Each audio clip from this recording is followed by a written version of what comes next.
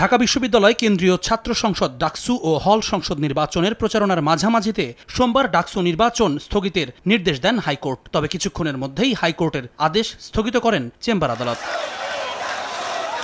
এর আগে স্থগিতাদেশের পর ঢাকা বিশ্ববিদ্যালয় ক্যাম্পাসে বিক্ষোভ করে গণতান্ত্রিক ছাত্র সংসদ।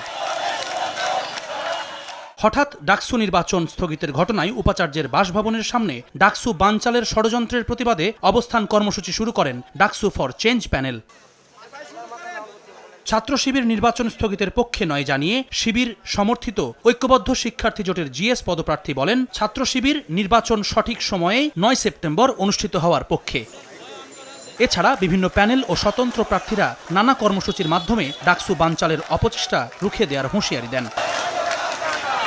জুম্মান সাদিক, জ্যাভলিন, সময় সংবাদ, ঢাকা।